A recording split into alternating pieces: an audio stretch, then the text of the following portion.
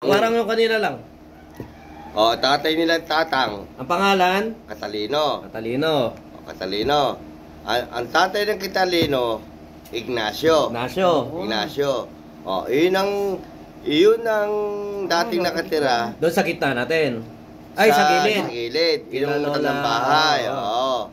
Then, ngayon, sila Tiago na yan, sila Catalino. Nasa gitna natin. Nasa gitna natin yun. Si Pirata, Doon nakatira yun. Oh. Sa bahay nila.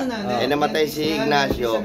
Pinamahalan ni Ignacio. Sa may gilid po na ito, papuntang lumbak. Kay Tiago. Tiago yung bahay na yun. Yung Ngayon, gitna. Oo. Yung gilid. Yung gilid. Oo, pinamahalan doon. Kaya doon sa natira. Then, si Catalino, di napakasawa ka ng lahi ng lumabas. Oo. Baka doon natira yun. Kaya sa may gilid niya, kaya ng Tisya. Baka doon nagtira yun.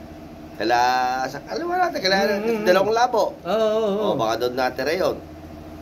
Ang unang... Doon sabi ng inang, doon natira sila Lola nanay ni Tatang. Si yung Tisya. Doon natira yun. Sa lumang bahay nila Lola Ine. Oo. Doon natira. Nung araw kasi may patalan doon, may Oo. Tapos nag-aabutan ng mula.